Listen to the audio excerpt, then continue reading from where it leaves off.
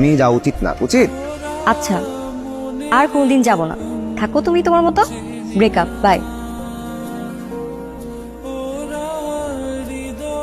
এই পারে সে জুম করে খালি ফোনটা রেখে দিতে আর ব্রেকআপ ব্রেকআপ ব্রেকআপ। আর তার জন্য যে আমি গৃহহীন হয়ে রাস্তায় বসে আছি এটা নিয়ে কোনো চিন্তা নাই।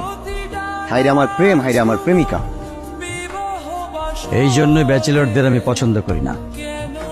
24 ঘন্টা হয় নাই তুমি আমার বাসার সামনে এসেছো, এর মধ্যে ঝামেলা বাঁধিয়ে বসেছ। আমার মেয়ে ঘর থেকে চলে এসেছে, আমার বউ ঘর থেকে চলে এসেছে। আমাকে ক্ষমা করবেন, আসলে আপনাকে একা করার উদ্দেশ্যে আমি এখানে আসিনি।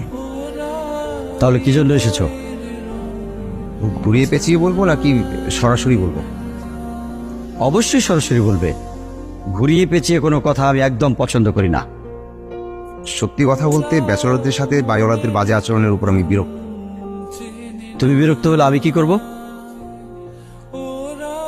আমাকে ব্যাচেলর জীবন থেকে মুক্তি দিন, আপনার মেয়েটাকে আমার সাথে বিয়ে দিয়ে দিন।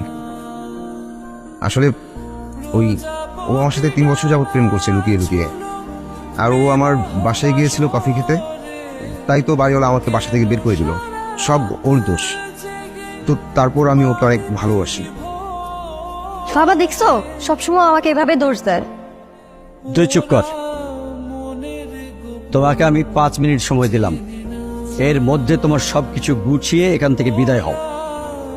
তোমাকে আমি 3 দিন সময় দিলাম, এর মধ্যে তোমার বাবা মাকে নিয়ে আমার সঙ্গে দেখা করবে। তারপর ওই ছোট রুমটা আমার কাছে ভাড়া দিবেন না? ওই ছোট রুম দিয়ে তুমি আর কি করবে? তুমি তো আমার সবকিছুই নিয়ে নিয়েছো।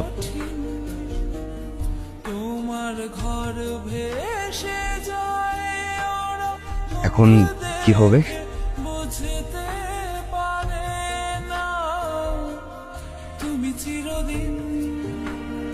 এখন আমার ব্যাচেলরটার সাথে আমার বিয়ে হবে, তারপর? আমাদের সুন্দর একটা সংসার হবে, তারপর? 1000টা বাচ্চা হবে।